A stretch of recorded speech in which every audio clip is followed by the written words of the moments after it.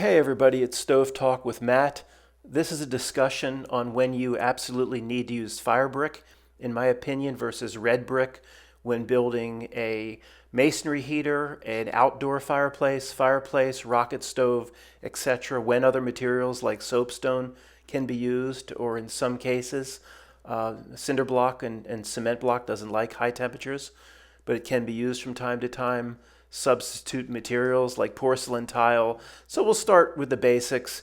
The old debate, if you're building a masonry heater, outdoor fireplace, Russian stove, when can you use red brick? When do you absolutely need fire brick? And this debate still goes on, in Europe and in Russia, where they build the gigantic, huge Russian stoves and the masonry stoves. A good red brick is fired to almost 2,000 degrees in its construction. So it can take the heat. What it doesn't like is, I'm showing you now, this is a standard fire brick. You get it at your brickyard. If anybody's not really interested in this topic and the technicals, this is not going to be a very fun video. I just have these two pictures. I just go back and forth. It's not much here, unless you really need this information. Red brick can take the heat. It doesn't like to go to hot to cold very quickly, very often. If it goes to hot to cold too quickly, it will crack. A fire brick, the main reason for fire brick, it gives you a little bit more in terms of the heat it can take, but it's very good at going from hot to cold, ice cold, to 1100 degrees very, very quickly back and forth. That's really what a fire brick does and why it lasts a lot longer than red brick. Also, all red brick is not the same. There's different combinations of shale or clay in bricks. If you're going to make an outdoor fire pit, first of all, rocket stove temperatures, they're too high for red brick. We need to have a whole separate discussion on rocket stoves. But if you're going to make an outdoor fireplace or a masonry heater, for the firebox at least, the Russians have used and Europeans have used red brick. It doesn't last quite as long, but it can last 20 years. I've used it for hundreds of years. And as long as it's warmed up slowly, or it's not, the brick, it's outdoor fire pit, it's 25 degrees outside Fahrenheit, and then you take it to 1,000 degrees, loading up 6 huge logs. It doesn't like that. That's where you need fire brick. So in my understanding and experience, and I've made many stoves out back here with red brick and a shale and a clay paver, which is 4x8. I've only had all the tests I've done, 40 different stove tests. I've only had 2 crack, and it was very cold outside. So if you can, you should use fire brick, of course, for your firebox. Then you can use red brick for the rest of the stove. The reason that becomes a problem for people is the fire brick is 9 inches by 4.5 by 2.5. A paver is 4x8. A red brick is even in the United States is even a little smaller than that. They don't kind of go together very well. It's almost like if you start a stove or a Russian stove or a masonry heater with fire brick, sometimes you have to continue because you need the consistency of how the blocks all, quote, fit together.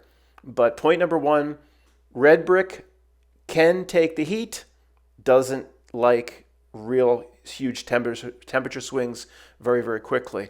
If you're not sure, get a brick sample and just throw it in the fire. I put a brick in my wood stove last year, and it didn't crack. Took it to 1,100 degrees, and then I knew it would hold up to the masonry heater that I was building. Throw it in the fire outside and see what happens.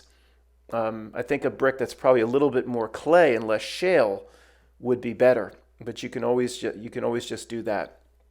Of course, the fire brick is going to be just a little bit over $2 a brick, I believe now, right around there, where regular paver brick is right around $1. So just about a dollar more if you have to go to the fire brick. And these are what you're looking at here. These are the full-size fire bricks, 9 inches by 4.5 by 2.5. The brickyards also have, I call them like the slivers of this brick, but I think they're 9 by 4.5 by just an inch and a half. To put in some wood stoves, you have these but they all look the same. They're this tannish yellow. They're gritty, grainy, sandy, and they're not. If you drop them, they can break. They're not nearly as hard as the red brick. Be careful if you look online for fire brick, because sometimes they'll sell the soft refractory fire brick, which is extremely expensive. It might be $5, $6, or $7 per brick.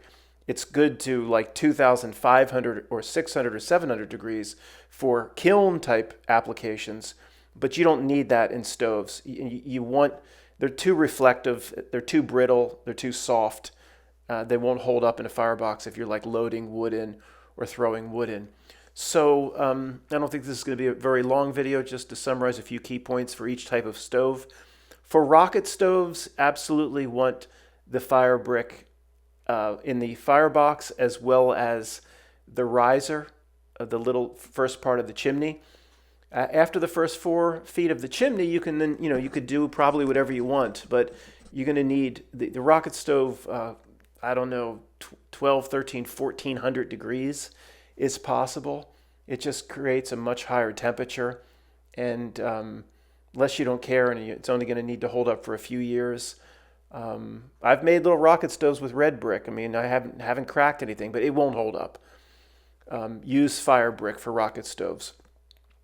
Cinder block slash cement block doesn't really like real high temperatures in the firebox, but it holds up a little better than you would think.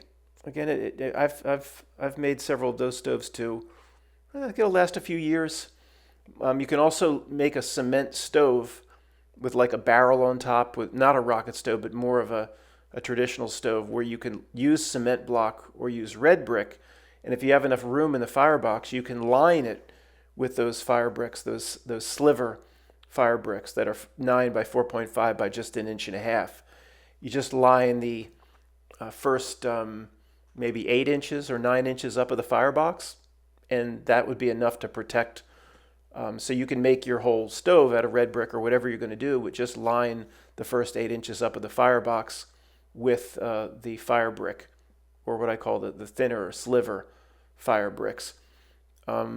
So, for whatever type of stove or fire pit, if you use the red brick or the red pavers, I like the pavers because they're 4x8 and they fit together. Regular brick is strange sizes, and they don't basket weave. They don't really fit together. 2 long is not the same as 1 wide. Where a 4x8 paver, 4 inches and 4 inches is the same as 1 8 inches long. So that just as if you use the red brick, just try to warm it up slowly. Don't light 6 logs at once with a bunch of lighter fluid on a 25-degree day outside. If you're going to be sitting around a fire for 2 hours, or a fire pit, or whatever you're doing outside, just put some sticks in there, get it warm, light it slowly, and then after 5 or 7 or 10 minutes, then really kick it up. I think that would make a big difference in the longevity of the red bricks. I think a lot of the old Russian stoves, the Russians will comment under these, as these stove builders build these stoves, they'll comment underneath.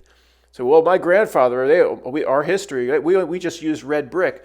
Well, those bricks are never allowed to get cold. They keep them going. They fire them twice a day, sometimes for 6 months in a row, because you need to keep the stove is fired twice a day. It's the primary heat source in the home. The bricks never truly cool down, so there is no wild swings in temperature. I think that's why they hold up so long. Where a fire pit outside, if you're just going to drink beers around it once every 2 months, I think it'll last. Just fire it up slowly. I think that's the difference for the red brick. And I don't think fire brick can get wet, but I'm not sure. It's so porous. You don't want to get it soaking wet and then a freeze thaw can crack it. It soaks up so much water. That's not really great for outside applications either, unless it's protected and the fire brick is lining. You make your outdoor fire pit or outdoor chimney, and then you have the fire brick inside that's lining the firebox. It's mostly staying dry. There are a lot of videos on YouTube about people making an outdoor fireplace just using large cement blocks. I think they're listed at 16 inches by 8 inches by 4, 16 by 8 by 4, but they're always a little off. They're a little bit less than that. And it's pretty easy to make an outdoor fireplace with those large cement blocks that you can get at both Lowe's and Home Depot in the United States. And if you do that, though, you want to, again, cement block doesn't hold up real well to these high temperatures. It'll last 3 or 4 years probably if you don't use it much. If you want it something to last, 12, 15, 20 years with high use, you want to line, you can build up a huge fireplace with cement block very easily. And you line it with something. And if maybe the firebricks are too expensive, but there's a lot of different options for lining the firebox on an outdoor fireplace or whatever. You could use, soapstone's super expensive, but I'm just thinking if you were close to a place that cuts soapstone for people's kitchen countertops, maybe they have little pieces and fragments and stuff. If you collected enough fragments and pieces of soapstone, like what they're throwing out, you could line a firebox with soapstone. I'm pretty sure soapstone holds up really, really well. It doesn't crack in high temperatures. It's good to whatever, 2,000 degrees. You could use a refractory cement. You could use any sort of cement if you wanted to make repairs every so many years. But soapstone, you could even, I even thought of, I've tested a porcelain tile. Regular ceramic tile, even though it's fired to 2,000 degrees, regular tile like terracotta, it'll crack in high heat. Even flue liners crack when directly exposed to flame, the terracotta, and that's what they're for, right? Lining a chimney, but they're they're not for a firebox. But porcelain tile, I thought about using, you can get cheap porcelain tiles at the Home Depot. They're throwing this old style nobody wants. You can get them for like $1 a tile sometimes. Lining a firebox with that, I think it would hold up. I really do. I mean, it would hold up a while. And at least for a few years, then it would be protecting the cement block, the structure. And if it broke down over however you mortared it or whatever you used, maybe it would break down over 3 or 4 or 5 years. Just chip it out someday and reline it with something else. At least you get that protection for many years, protecting your cement block. And again, these cement blocks are so thick, and I've burned directly on top of them and next to them. I don't see any real issue. But I do know people have done rocket stoves in cement block and cinder blocks, and it doesn't hold up more than a year or two. Probably holds up better than most people think, though. So I'm just trying to give you. There's a lot of in lining a firebox. I mean, if you're not sure if the material, you say, granite countertop pieces, they're throwing pieces out all the time up here or whatever. There's a store a mile down the road. Just take the little piece of granite or whatever, throw it in the fire and see how it holds up. That's all. If you're not sure, remember, you always test it. Just throw it in a raging fire, a fire pit, a solo stove, put your wood stove, your fireplace, throw it in. It's going to be in the flame. It's going to be over 1,000 degrees. Throw it in for an hour. If it's after an hour, if it's not flaking apart, then it's good. You're good to go. Test the material. I tested a terracotta tile over the riser of a rocket stove once, and it cracked in less than 10 seconds. So that's, just throw it in the fire and test it. Thanks, and I hope some of this information was helpful.